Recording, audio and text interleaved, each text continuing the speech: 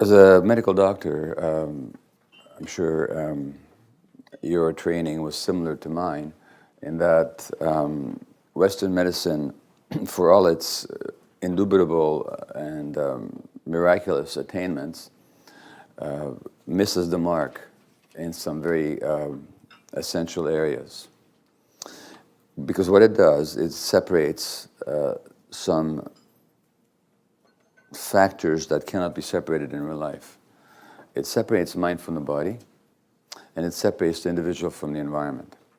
So when it comes to understanding cancer, for example, it's always looking for the cause of cancer either in some external toxin like cigarette smoke or in some genetic problem in the individual. But the idea that cancer may have something to do with a person's emotional life and stresses throughout a lifetime and their psychological and social relationships with the environment doesn't enter into the thinking of mainstream medicine. Which is really ironic because the pioneering and great medical teacher, Sir William Osler, who is really still idolized in Canadian medical history, one of the great medical teachers of all time in any language, in 1892, when he wrote his textbook of medicine, he said that rheumatoid arthritis, for example, is a nervous system disorder caused by worry and stress. And Osler also said that if I want to know whether or not a man will survive tuberculosis, I need to know not what's in his lungs, but what's in his head. Now, at the time, he had no research whatsoever. There was just no science to prove the truth of what he was saying. He was working purely on intuition and observation. Since his days, over 120 years ago now, his teachings have been fully validated by science, but medical practice, far from catching up with the science or even catching up with his pioneering insights, completely ignores that wisdom. And yet, for example, when it comes to HIV, a whole number of studies have shown that survival is affected not only by the quality of the treatment, which of course is important, and nobody can deny the miraculous advances made in the treatment of that condition in the last decade or more, but that still people's emotional stresses and their social connections have a lot to do with how well they do with the disease. So that you can't separate the emotions and the psychology from the physiological. That's the first point. The second point is that you can't separate the individual from the environment. Not when it comes to understanding anything.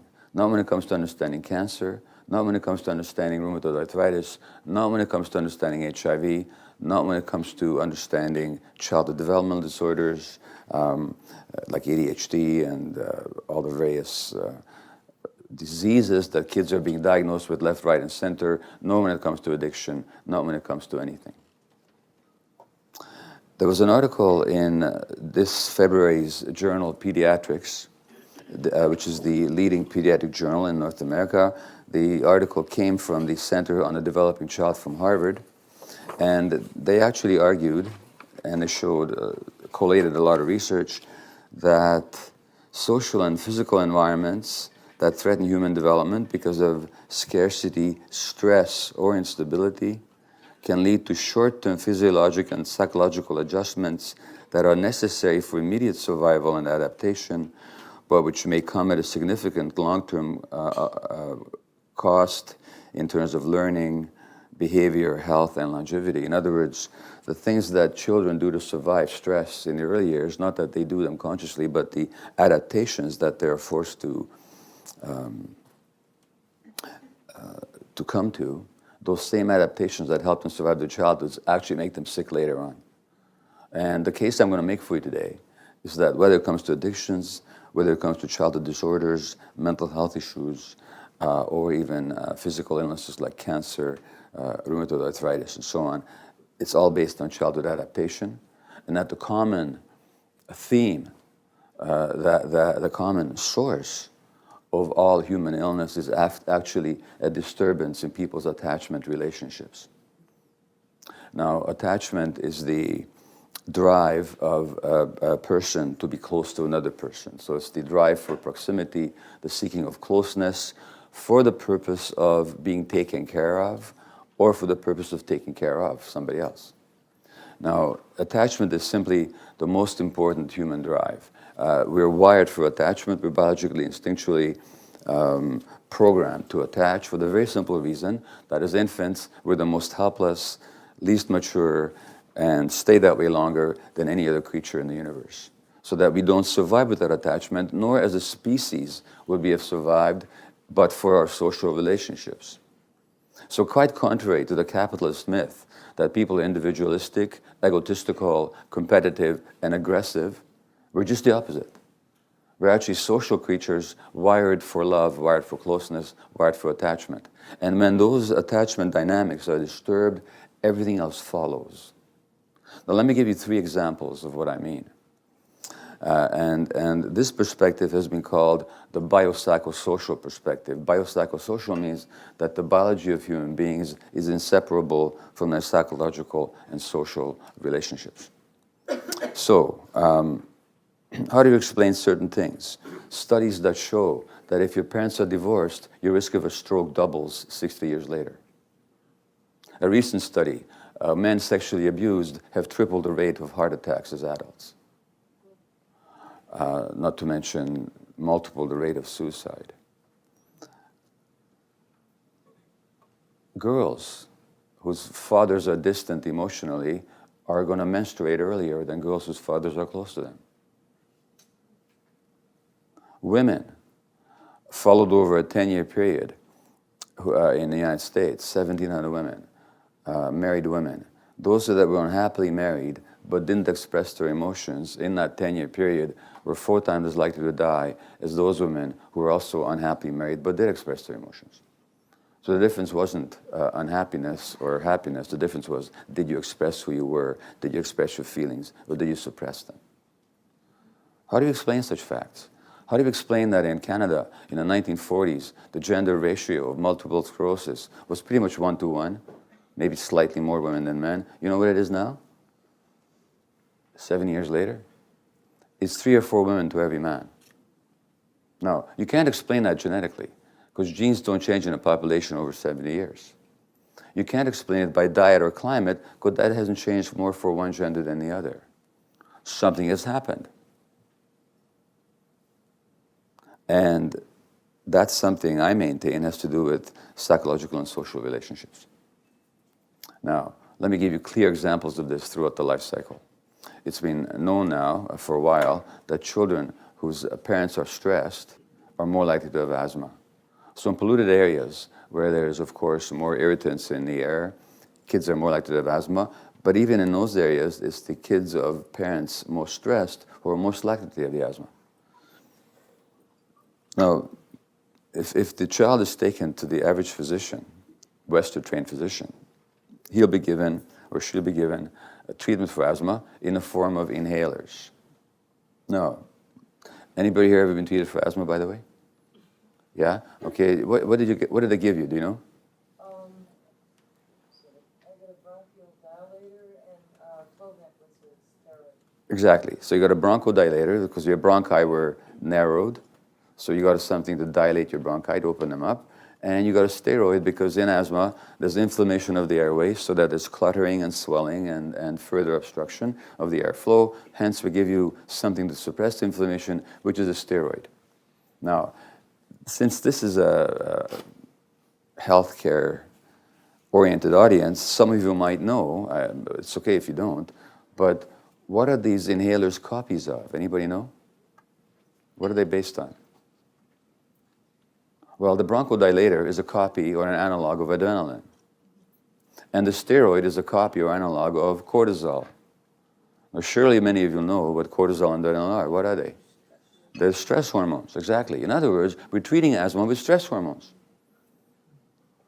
But in fact, if you had a sudden asthmatic episode, status asthmaticus, where your lungs really shut down, you'd be rushed to hospital, you'd be given an injection of adrenaline and an infusion of cortisol.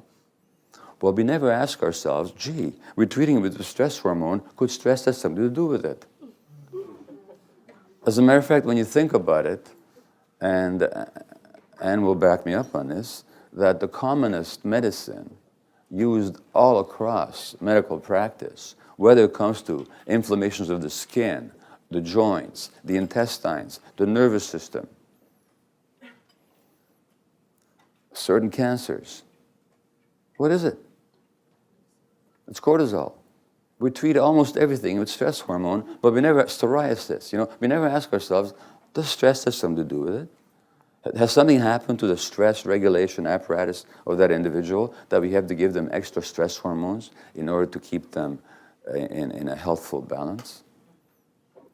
Now, why the children of stressed parents? Because the emotional states of the parents affect the physiology of the child. And when the parents are stressed, the kids are stressed, and the stress mechanism get overwhelmed, now we have to give them extra stress hormones to keep their airways open. So it's biopsychosocial. You can't separate the biology from the psychological and social environment. Similarly, in a study in Australia, they looked at 500 women who had breast biopsies for suspicious lumps that had to be checked for potential malignancy. And before the results came back, these women underwent a psychological interview. When the results were collated, it turned out that if a woman had a major stressful episode prior to the onset of that lump, that by itself did not increase the risk of the cancer, zero effect. Similarly, if a woman was emotionally isolated, that by itself also did not increase the risk of the cancer, zero effect. So far, so good. But if a woman was emotionally isolated and stressed, the risk of that lump being cancerous was 9 times as great as the average. Now, the researchers, being medical scientists, had no way to explain this, because to the left brain, how does 0 and 0 add up to 9? How does 0 and 0 multiply to 9? Now, can anybody here suggest the explanation? Very straightforward physiologically. Any hazard a guess? What's the connection here? Well, okay, think about it. When you're stressed, it's not just this is not a psychological event. Again, this is what's so ironic, because just as Osler was a great Canadian medical teacher, the work on stress was actually done here in Canada. The research on stress, the research that showed for all the world what the physiological effects of stress are, was done at the University of Montreal by a Hungarian-born physician like I am. His name was Hans Selye. And he's the one that did the seminal work on stress. He nearly won a Nobel Prize for it. In fact, he's the one that coined the word stress. Stress is a Canadian word, did you know? He's the one that coined it in the way that we use it today. I mean, the word existed, but he's the one that adapted it to that particular usage. So when you're stressed, it's not just that you're upset or perturbed psychologically, it's that your body homeostasis, your body's internal biochemical balance shifts. What happens is that in response to emotional messages from the brain, for example, if I were to scare you right now by threatening you with a weapon, then those emotional triggers would send messages to a master gland in the brain called the hypothalamus, which would then affect another gland called the pituitary, which would then send messages to the rest of the body, including there'd be messages sent to the adrenal gland on top of your kidney, and then the adrenal gland would release these 2 hormones, adrenaline and cortisol. And the job of adrenaline and cortisol are to help you fight or to escape, the flight or fight response. So they give you more energy, they elevate your sugar levels, heart rate, tense your muscles, prepare you to defend yourself in the short term. But in the long term, those same hormones, if the stress is chronic, damage your body. Adrenaline will give you high blood pressure. By the way, it's very interesting. In medical terms, we talk about what they call essential hypertension when it comes to high blood pressure. So that, there's some identifiable causes for blood pressure, such as kidney disease or other conditions, rare conditions. But most people with high blood pressure, we say, we don't know what causes it. That's only because we're not listening to ourselves. As I just said, in medical terms, we call high blood pressure hypertension. Think about it. Too much tension. Too much tension in people's lives. Too much adrenaline. That's what causes high blood pressure.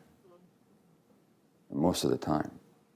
And I know for myself, that I'm prone for high blood pressure. When I get very stressed, my blood pressure goes up. I don't take medications. I take my high blood pressure when it happens as a sign that I'm too stressed and that I got to deal with the stress. And my blood pressure is usually, in a low range. But, if I ignore my own advice and permit myself to get overstressed, it goes into very high levels. So, over a period of time, the cortisol also causes ulcerations in the intestines. Now, this is very interesting because the one disease that used to be understood to be a stress-related disease even by Western medicine were ulcers. And then lo and behold, in the 1990s or late 1980s, we discover that there's a bacteria implicated in ulcers called Helicobacter pylori. And if you give antibiotics, you can cure the ulcer. Aha, doctors say, so much for the stress hypothesis, it's all the bacteria. Huh. Well, guess what? At age 40, 40% of the population has the bacteria in their stomachs. At age 50, 50% too. At age 60, 60% too. But do 60% of people have ulcers? If the bacteria cause the ulcer, why doesn't 60% have ulcers? Because it's the stress that makes them vulnerable for that bacterial damage. You don't separate the one from the other. You don't separate the one from the other. So cortisol also thins your bones. Women, for example, who are depressed, who've got higher levels of cortisol, are much more likely to have osteoporosis. And yet when the Osteoporosis Society does its public educational work, they never talk about stress. They talk about exercise, quitting smoking, they talk about calcium, vitamin D, sunshine, good stuff. But they don't talk about stress. It's the thing that we ignore all the time. And yet I think it's the most important factor in health. In the long term, excessive cortisol can also suppress your immune system. And we know this.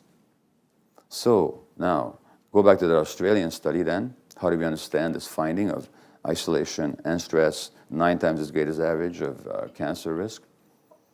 If one of you was stressed right now, something happened, you lost a job, economic loss, perhaps you lost a relationship, and you're really upset, again, your stress hormones would be higher. And if you're all alone with that, if you're emotionally isolated, you'd be basically obsessing and thinking and suffering over that stress for a long time. And that means for a long time, your body would be under siege from your own stress hormones. But what if you weren't emotionally isolated? What if a friend came along and said,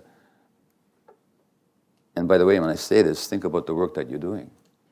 Think about the importance of the work that you're doing on the physiological level.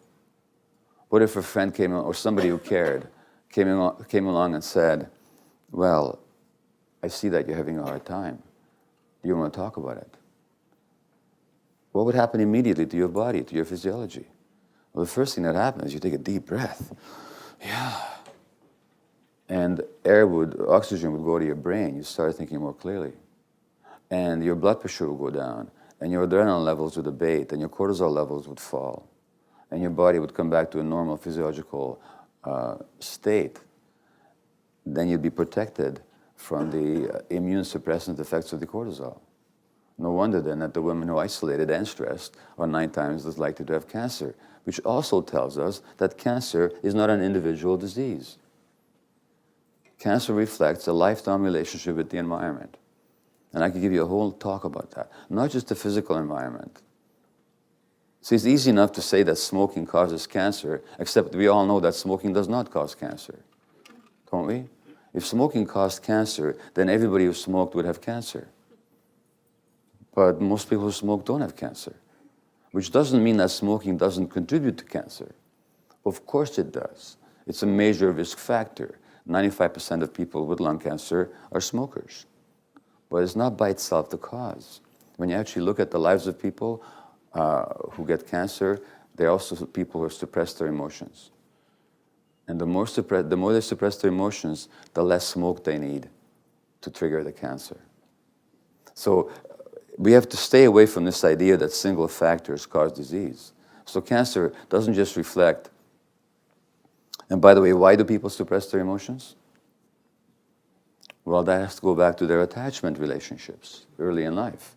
Because no 2-day-old baby ever suppressed their emotions, nor have you ever met one. So the suppression of emotion is an adaptive response. Remember that article from Pediatrics? It's an adaptive response to an environment that can't handle your emotions as a child. Then you learn to suppress it as a way of adapting, as a way of surviving. But then that same adaptation becomes a cause of pathology later on. Think of depression. You think, well, there's nothing adaptive about depression. Yes, there is. What is depression? What does the word depression mean? It means to push something down, right? You depress the pedal. What do we push down when we depress our emotions? Well, I was going to say, what do we push down when we have depression? We push down our emotions. Is there survival in pushing down our emotions? There sure is, if our parents can't handle them.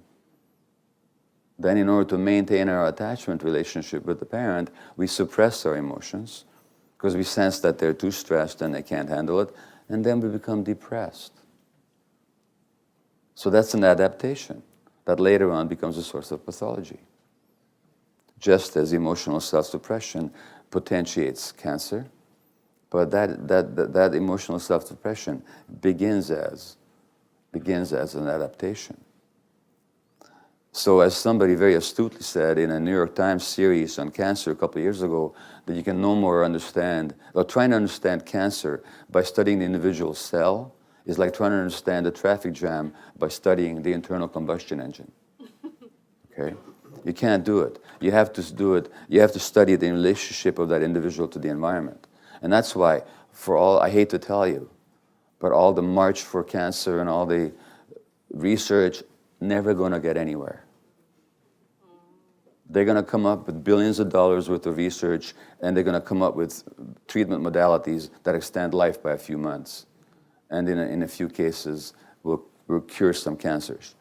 But for the most part, they'll never find the cause of it because they're looking in the wrong place. They're looking inside the cell. That's not where the cancer originates. Because the other thing that we know now is that cells don't exist autonomously. Genes don't act autonomously. Genes are actually turned on and off by the environment. The whole study of epigenetics is how genes are actually activated or inactivated by the environment. So a study out of McGill University, just within the last couple of years, looked at the brains of suicide victims. And they knew who had been abused as a child and who hadn't. And in the brains of people who had been abused as kids, there were particular genetic changes that was caused by the abuse. And at University of British Columbia, within the last year, they showed that when they looked at the genetic functioning of teenagers, a whole number of genes had been affected in the teenager by stresses that the mother had in the child's first couple of years of life. And a bunch of other genes were affected by stresses on the father when he was a little bit older. In other words, when the primary relationship is just with the mother, then it's the mother's stresses that affects the genetic functioning of the child who later becomes a teenager whose genes are still affected by what happened to the mother in the first 3 years of life. And then later on, stresses on the father. So that genes don't, by themselves, explain very much, unless we recognize that genes are actually turned on and off by the environment. And that's what I mean, again, by this biopsychosocial understanding of human beings that is so foreign to the practice of medicine. So that's the second example, these women in Australia. The third example of what's been called the biopsychosocial approach is, if you look at a study in the New England Journal of Medicine 3-4 years ago, elderly people who've been together for a long time, an elderly couple, when one was hospitalized, what do you suppose happens to the other one? They're much more likely to die. The physiology, the very immune system of the one is significantly influenced by the emotional relationship with the other. When all of a sudden that emotional relationship is lost, death has a greater risk of occurring. And many of you have seen examples, I'm sure, that in couples who've been together for a long time, one of them dies, the other one succumbs very quickly afterwards. This is not universal, because it depends on the attachment relationship and how individuated that person is. If they rely totally on the relationship for their sense of self, the more susceptible they are. And that reliance on the relationship was an adaptation early in childhood. When you look at people's behaviors, when it comes to the spread of the HIV epidemic, I remember reading a book quite some years ago now. I think it was called When the Band Stood Still, by Randy Shills, was it? Yep. A journalist from the States who himself died of AIDS later on. And in the book, he describes he traces the rise of the HIV epidemic, and of course it was abetted in large measure by the incredible promiscuity of homosexual males on the West Coast and elsewhere. I mean, it was incredible. People would have sex across a hole in the wall with some total stranger. But that promiscuity is not a moral failure, nor is it a bad choice that people make. It's actually an adaptation, which is the same is true in heterosexual promiscuity. There's nothing about homosexuality that itself causes promiscuity, because basically, truly, I think we're monogamous by nature. The promiscuity is a desperation to be loved, a desperation to be found desirable, a desperation to be wanted. Where does that come from? In every case, it comes from your early relationship with parents. When you didn't have that sense of being wanted and loved and welcomed and accepted and being desirable. And very often these guys would have very bad relationship with their fathers. Then, of course, you will engage in behaviors that will prove to you that you're desirable and lovable and wanted. So it's an adaptation. It's an adaptation that then becomes a source of pathology later on. So it's with that perspective then that I think we can understand almost all, and I know that sounds like a heck of a mouthful, but almost all human disease and psychological dysfunction.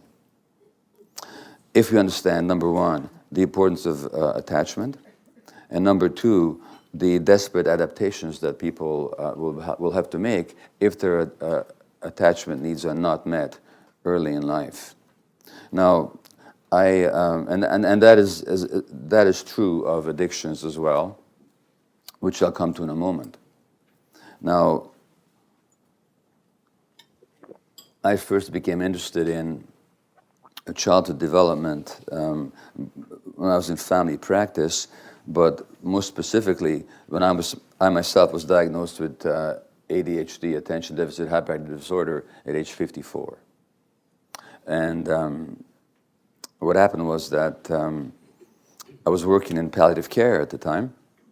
I was the coordinator of the palliative care unit at Vancouver Hospital, looking after the terminally ill, and a social worker on the unit, age 38 at that time, came to me all excited one day and said, "Hey, I gotta have coffee with you." I said, "Okay, let's have coffee." And so we did. And she told me she'd just been diagnosed with ADHD. And she told me all the symptoms, hyperactivity, difficulty focusing, poor impulse control, tuning out, absent-mindedness. And of course, within 3 minutes into the conversation, I fully understood why it was with me that she wanted to have coffee. Because I completely recognized myself in everything she said. Now, if we look at what's happening with kids these days in North America, an increasing number of kids are being diagnosed with ADHD. The number of stimulant prescriptions in Canada has gone up 43% in the last 5 years. When I wrote my book on ADHD 12 years ago, it had gone up, I think, fivefold in the previous 15 years. So it keeps going up and up and up and up and up. In the United States, 10% of children are not said to meet the diagnostic criteria for ADHD. In the States, there are 3 million kids at least who are getting stimulant medications, 500,000 children who are getting antipsychotic medications. Tens of thousands of kids in this country probably are getting antipsychotic medications as well. Antipsychotics like risperidol and Seroquel, such as we give to adult schizophrenics to control their psychosis. We're not giving it to kids to control their psychosis. Why are we giving it to them? To control what? To control their behaviors. What we've got now is a massive experiment in the chemical control of children's brains. We have no idea, because the research has not been done, of what are the long-term effects of antipsychotics on children's brains. We have no idea. What I do know is that in Children's Hospital in Vancouver, they've had to establish a clinic just to deal with the side effects of the antipsychotics, which include obesity, skin problems, cognitive problems, behavior problems, and so on. But we don't know what the long-term effects are because these are off-label uses. The number of children being diagnosed with autism has burgeoned. It's 30-fold in the last 40 years, or I always forget whether it's 30-fold in the last 40 or 30-fold or 40-fold in the last 30. It's something incredible. The number of kids being diagnosed with anxiety, bipolar illness, depression, conduct disorders, oppositional defiant disorder, going up and up and up and up. And if you ask most physicians what causes the problem, the official explanations for ADHD, for example, it's a genetic disease, which is inherent nonsense, because genes don't change in a population that quickly. Now, you could argue that it's not that the disease is going up, it's just that we're better at recognizing it. But that certainly doesn't seem to be the case. We're just seeing many more kids who are troubled. And anybody who's been in education for 30 years or psychology will tell you that. So I became interested in that when I was diagnosed myself. And I'll just read you something from my book, Scattered Minds. How did I respond the very first day I heard about ADHD? Because I knew nothing about it. Now, one of the one of the hallmarks of ADHD is poor impulse control. Impulse control means that there needs to be a part of the brain that puts a damper on your urges to do things. Now, the impulses don't arise from the gray matter. They don't come from the cortex, the thinking part. Impulses arise from more the lower emotional centers. You see something, you want it, for example, or something occurs to you and you want to do it right away. And by the way, who's like that? Who has no impulse control? Normally, very young kids, because the impulse regulation circuits in their brain haven't developed yet. So there needs to be circuitry to control the impulses. So the job of the cortex, the gray matter, is not so much to initiate impulse as to inhibit impulses. So in ADHD, there's lack of impulse control. What's another large group of adults who lack impulse control? Is addicts. When you do brain scans on drug addicts, the commonest brain finding is that the part of the brain that regulates impulses doesn't work, which, by the way, is right here behind the right eye. It's called the right orbitofrontal cortex, which is astonishing because for thousands of years, when people want to indicate that somebody's a little bit funny, they go what? They go... In Hungary, we went like this. In North America, you go like this.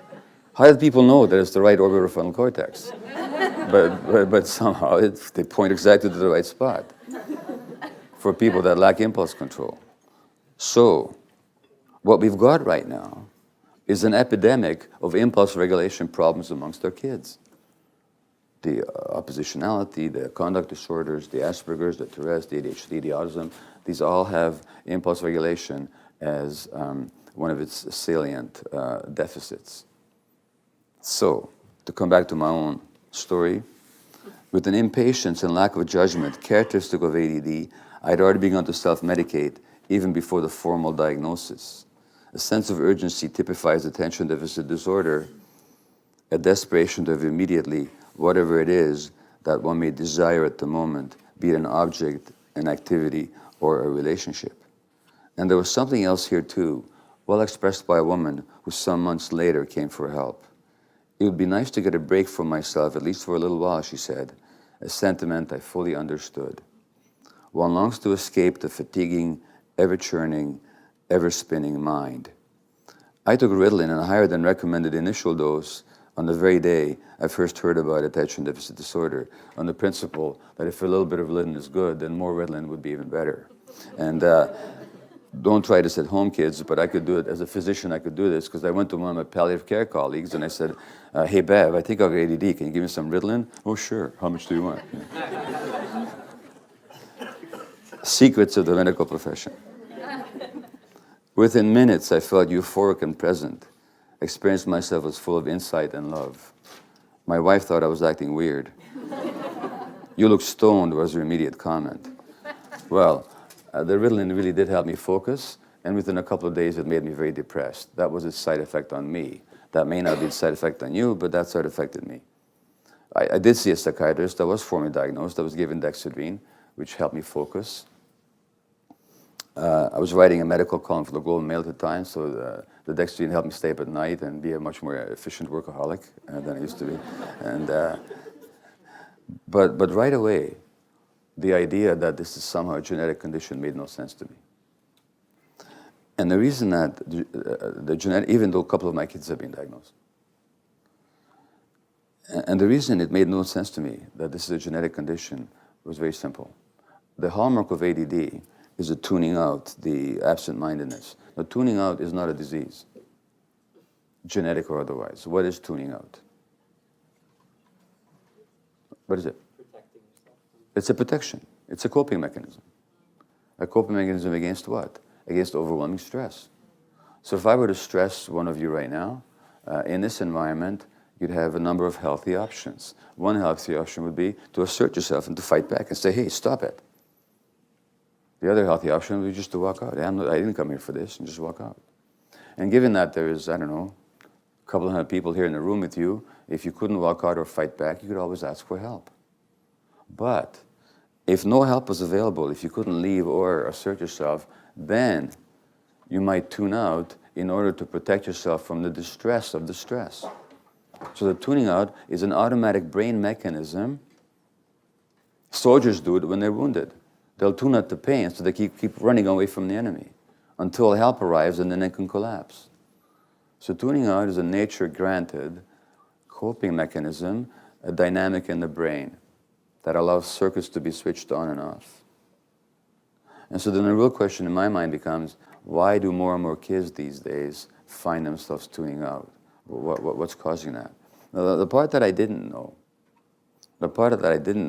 because nobody had taught me in medical school, and I doubt very much whether you were taught this in medical school either, and I doubt very much that they still teach it now in medical schools, is how the human brain actually develops. And I'll come to human brain development in a few moments, but let me speak to you now about addictions and trauma.